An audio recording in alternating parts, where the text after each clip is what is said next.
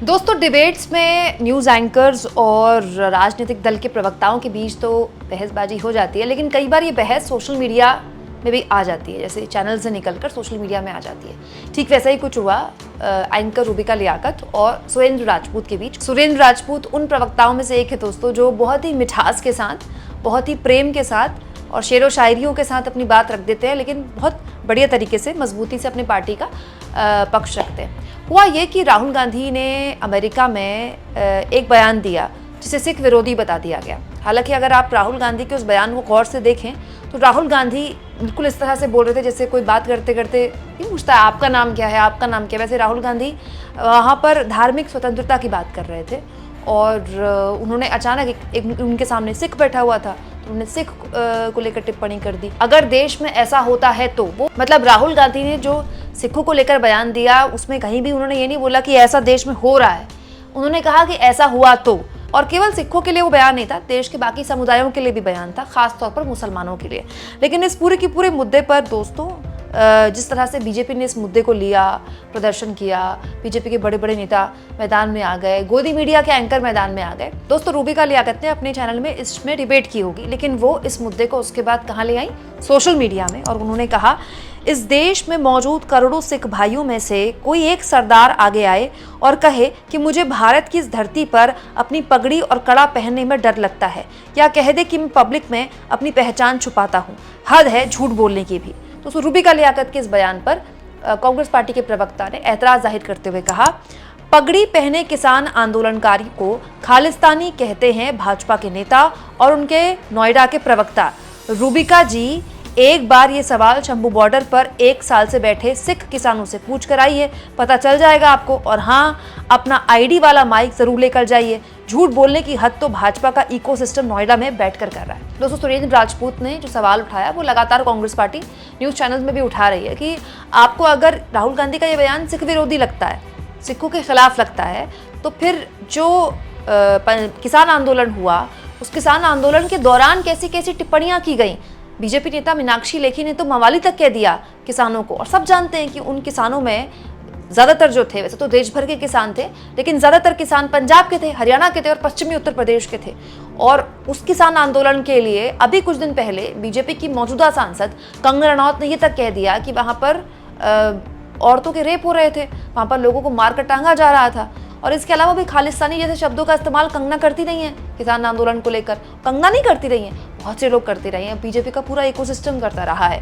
तब किसी को कोई दिक्कत नहीं हुई, तब किसी को सिखों के अपमान को लेकर सवाल नहीं उठाए किसी ने।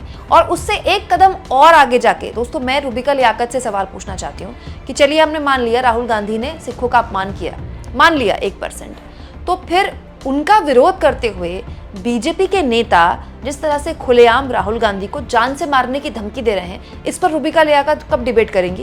क्या रूबिका लियाकत इस पर डिबेट करेंगी? क्या रूबिका लियाकत सोशल मीडिया में इस पर कुछ लिखेंगी? दोस्तों, बीजेपी के नेता हैं तरविंदर सिंह। तरविंदर सिंह दिल्ली बीजेपी के नेता हैं, वैसे तो पहले कांग्रेस में रहे हैं, कांग्रेस छोड़कर बीजेपी में शामिल हुए थे, और उन्होंने राहुल गांधी के इस बयान का विरोध करते हुए सड़क पर एक प्रदर्शन किया। लेकिन प्रदर्शन के दौरान उन्होंने एक बेहद ही आपत्तिजनक टिप्पणी कर दी राहुल गांधी पर कि राहुल गांधी बाज आ जा, नहीं तो तेरा हाल भी जो है तेरी दादी जैसा होगा। राहुल गांधी की दादी मतलब इंदिरा गांधी। दोस्तों, इंदिरा गांधी के साथ क्या हुआ था मुझे आपको याद दिलाने की जरूरत नहीं है, पूरा देश उस बात को अभी भी याद करता है। और इंदिरा गांधी की जिस तरह से हत्या हुई उसके बाद देश ने क्या क्या झेला, वो जख्म भी पूरा देश अभी तक भूला नहीं है। लेकिन बीजेपी के नेता एक अपने अपोनेंट से, अपने विपक्षी नेता के बयान से इत्तेफाक रखें ना रखें, वो उसका विरोध कर सकते हैं, वो अधिकार है बीजेपी के नेता का। लेकिन बीजेपी के नेता खुलेआम नेता प्रतिपक्ष को जान से मारने की धमकी दे रहे हैं, उनको याद दिला रहे हैं कि जो हश्र तेरी दादी का हुआ वही हश्र तेरा हो सकता है, बाज आ जा। अब इस पर रूबिका लियाकत क्या करेंगी? दोस्तों, इस पर रूबिका लियाकत कोई शो करेंगी क्या? इस पर रूबिका लियाकत का सोशल मीडिया में कोई पोस्ट तो मैंने देखा नहीं। तो ये जो विरोध होता है ये बड़ा सिलेक्टिव होता है इन लोगों का। दोस्तों, इस पूरे के पूरे मसले पर बीजेपी ने जिस तरह से राहुल गांधी पर सिख विरोधी होने के आरोप लगाए, गोदी मीडिया ने इस मुद्दे को जिस तरह से प्रमुखता से उठाया, इस पर सुप्रिया चुनेत ने बाकायदा एक वीडियो बनाया। इस पर सुनिए, आप जरा इस वीडियो को सुनिए और बताइए कि इस मामले में कौन सही कौन गलत। और इससे भी आगे जाके मैं चाहती हूँ कि रूबिका लियाकत बताएं कि अगर राहुल गांधी का बयान उनको बुरा लगा, ठीक है, बात समझ में आई, लग सकता है, तो फिर बीजेपी के इस नेता का बयान पर वो क्या सोचती हैं? इस पर कोई डिबेट करेगा क्या, जिसमें वो राहुल गांधी को जान से मारने की धमकी दे रहे हैं, वो भी खुलेआम दे रहे हैं? बीजेपी के लोगों की, उनकी ट्रोल आर्मी की, उनके सांसदों की, उनके मंत्रियों की, उस इकोसिस्टम की ये झूठ बोलने की गंदी लत कैसे खत्म होगी? लेकिन शायद नहीं खत्म होगी, क्योंकि उस झूठ बोलने के जनक जो हैं वो खुद मोदी जी हैं। खैर, आप राहुल गांधी के बयानों को आज तक काट छाट के चला रहे हैं, अपनी दुकान इसी तरह से कुछ बीजेपी के नेता चला रहे हैं। ये कब समझ में आएगा आपको कि राहुल गांधी के खिलाफ झूठ परोसने से, उनके खिलाफ नाहक आरोप लगाने से जनता नहीं खुश हो रही है, जनता आपके साथ नहीं है, क्योंकि जनता और लोग इस देश के समझते हैं कि इस देश का जननायक कौन है और कौन उनके साथ मुश्किल के वक्त में हर मोड़ पर खड़ा हुआ है। लेकिन क्योंकि झूठा आक्रोश दिखाया जा रहा है तो कुछ बातें बोलनी यहां पे जरूरी है।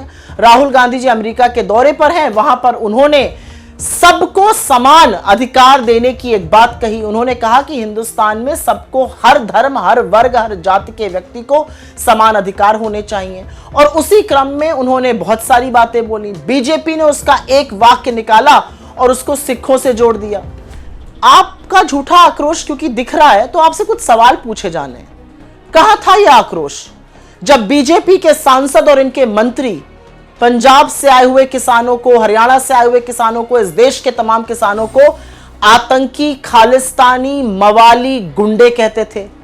कहां था आपका आक्रोश जब पंजाब से आए हुए किसान, हरियाणा से आए हुए किसान, इस देश के तमाम किसानों में से 750 किसानों की अपने हक के लिए लड़ते हुए शहादत हुई? कहां था आपका आक्रोश जब नरेंद्र मोदी ने किसानों, और वो किसान जो पगड़ी पहने हुए थे, जो पग पहने थे, उनके लिए बड़ी बड़ी चट्टानें खड़ी कर दी, रास्ते खुदवा दिए, तारे और कीले गड़वा दी कि वो दिल्ली में एंटर ना कर सके, किलेबंदी कर दी दिल्ली की? कहां था आपका आक्रोश जब आपकी सांसद इस देश के अन्नदाताओं को, इस देश के किसानों को हत्यारा और बलात्कारी कहते हैं? असलियत यह है कि राहुल गांधी इस देश को आईना दिखा रहे हैं, क्योंकि आज इस देश के हालात कुछ ऐसे हैं कि ट्रेन में बैठे हुए एक व्यक्ति पर हमला इसलिए किया जाता है क्योंकि वो एक वर्ग, एक धर्म से आता है, उसके साथ उसको थप्पड़ मारे जाते हैं, उसके साथ बदतमीजी की जाती है, वो बुजुर्ग है क्योंकि वो मुसलमान है। शक के घेरे में एक आदमी की पीट पीट कर हरियाणा में हत्या कर दी गई क्योंकि शक था कि वो मुसलमान है और वो कुछ मीट कैरी कर रहा था।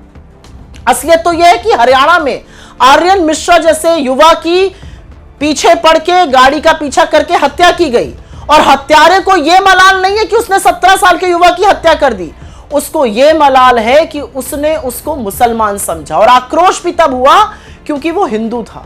यह इस देश के हालात आपने कर दिए हैं। लेकिन एक सवाल पूछना चाहती हूं, पंजाब जाने से खौफ क्यों है? ये वही प्रधानमंत्री है ना जिन्होंने पंजाब की अस्मिता पर सवाल उठा दिया था, पंजाब में अपने खिलाफ असुरक्षा पर सवाल उठा दिया था। क्या पंजाबीज आपको सुरक्षित नहीं रख सकते थे? क्या पंजाब आपको सुरक्षित नहीं रख सकता था? झूठा आक्रोश दिखाना, काट छाट के बयान चलाना, इस तरह की राजनीति का सहारा बीजेपी लगातार तब तक लेती रहेगी जब तक मुद्दों से भटकाएगी।